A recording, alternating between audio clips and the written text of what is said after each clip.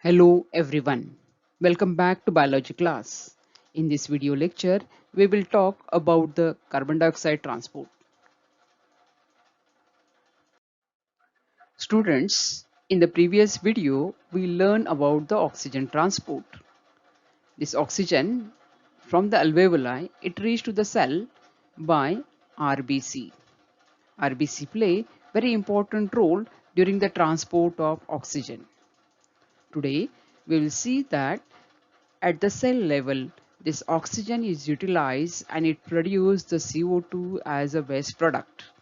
This waste product, it is not accumulated into the cell. This waste product immediately cell it release into the blood. Blood, it carries this oxygen towards the lungs for the exchange with the environment.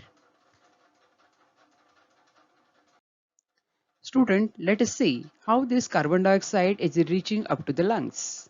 The carbon dioxide, it reach up to the lungs by three ways: by plasma, by bicarbonate ions forms, as well as by red blood cells. One of the way of transport of carbon dioxide is plasma. So what is this plasma? Plasma, it is a part of blood. If you separate the blood cells from the blood, the rest part, it is the plasma. Plasma, it is a clear, straw-colored or yellowish-colored liquid.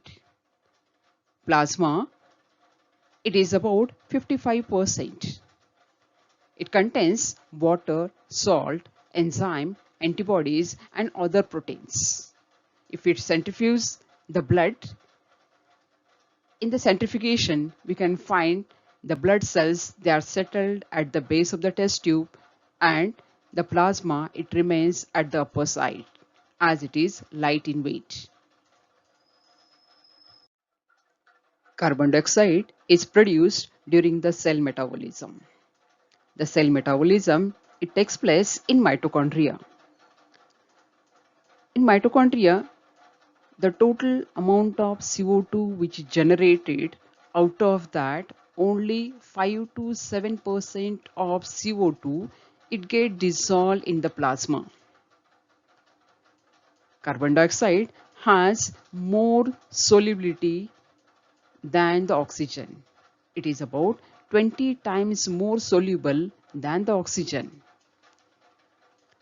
Carbon dioxide, when it is dissolved in the plasma, it converts into carbonic acid. The carbonic acid formation, it is a slow process because in the plasma, the enzyme carbonic anhydrase, it is absent.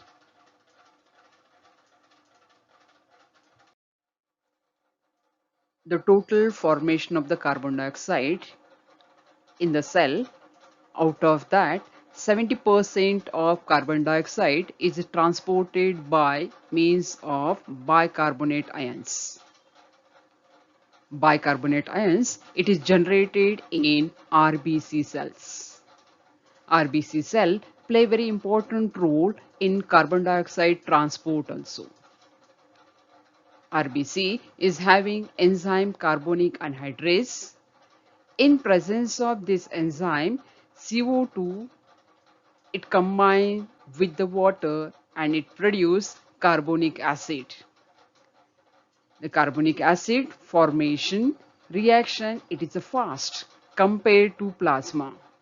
The same reaction it takes place in the plasma also, but in plasma the rate of formation of carbonic acid it is slow because the carbonic anhydrase enzyme it is absent. The carbonic anhydrase enzyme it is responsible for the formation of carbonic acid, which is unstable compound which dissociate into two ions. The one carbonate ions and another is hydrogen ions. Now in the RBC, the concentration of the hydrogen ions and the bicarbonate ions increases, which change the osmolarity of RBC cell. Hydrogen ions, do not pass through cell membrane, but bicarbonate ions can easily pass through the plasma membrane of the RBC cell. Because of that, here ionic balance is disturbed.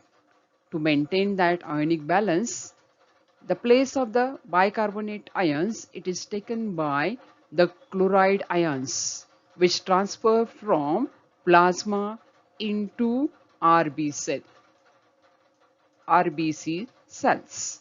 This shift of the chloride ions from plasma to RBC, it is called as chloride shift, or it is also called as Hamburg's phenomenon.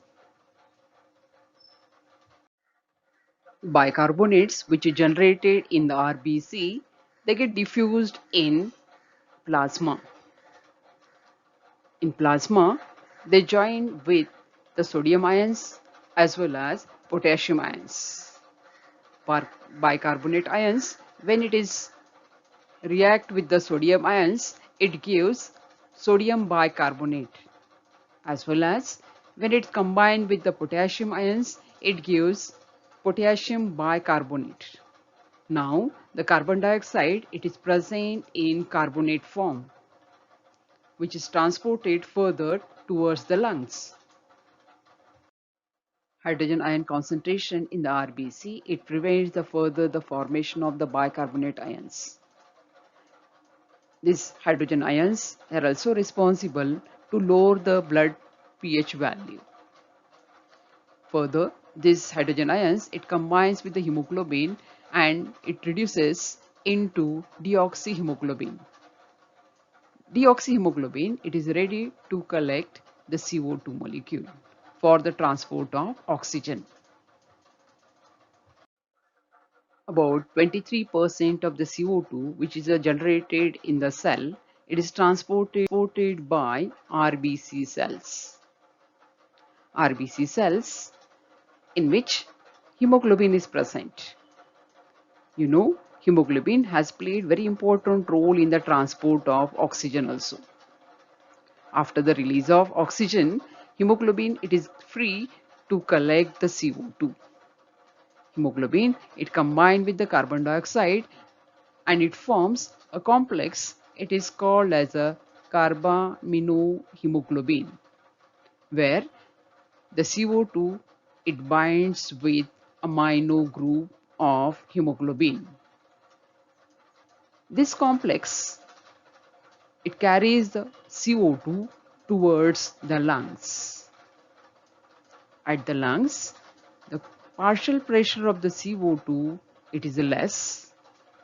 This condition it is useful to release the CO2 into the alveoli of lungs. The fresh air it contains more oxygen and the less carbon dioxide. So the partial pressure of the oxygen in the fresh air it is more and the partial pressure of CO2 it is less. This is the condition it is present at the lung level. In blood, the hydrogen ions it combine with the carbonate ions and it form the carbonic acid. Carbonic acid further it dissociate into carbon dioxide and the water. The generated carbon dioxide from the blood it enters into alveoli by the process of diffusion. As the concentration of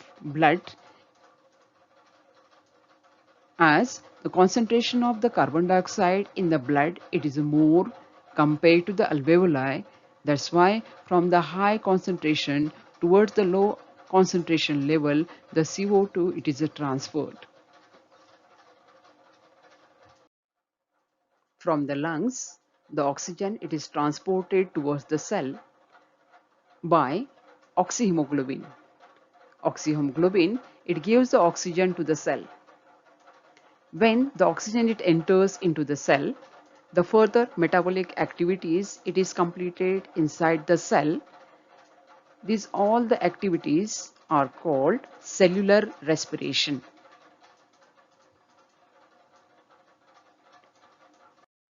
Students, in previous standard, we have learned about the cell structure. Inside the cell, various cell organelles are present. The mitochondria, it is one of them.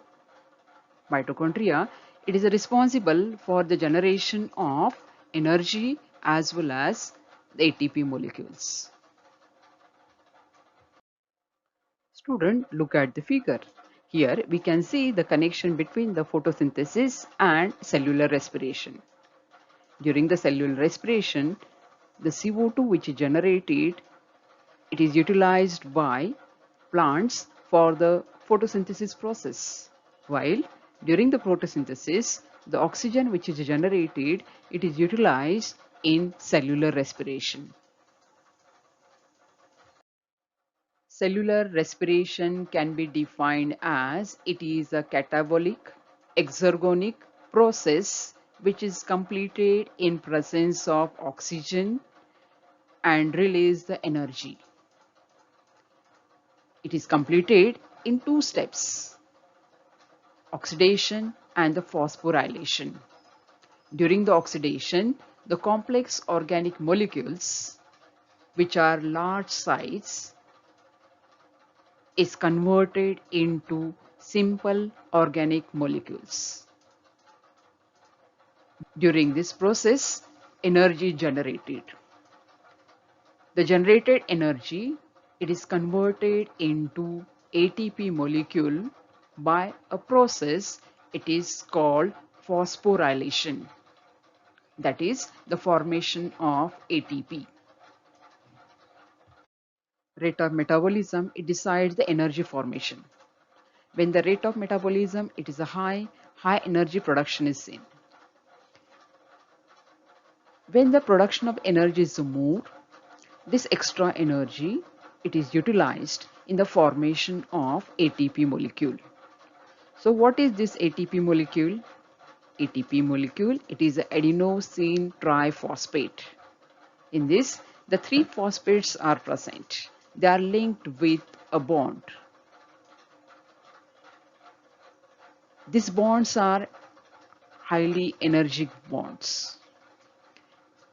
When body demands energy, that time this ATP molecule, it is broken down. The last phosphate bond, it is broken down and it is converted into ADP molecule. ADP means adenosine diphosphate. In ADP, only the two phosphate bonds are present. One of the phosphate bond, it is broken down and the energy is released, which is utilized in various activities. As ATP, it stores the energy. ATP molecule, it is also called as a energy currency of the cell.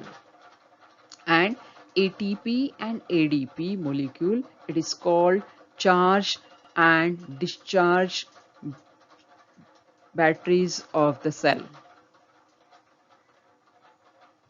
Hope you understood today's topic. Stay tuned for further videos.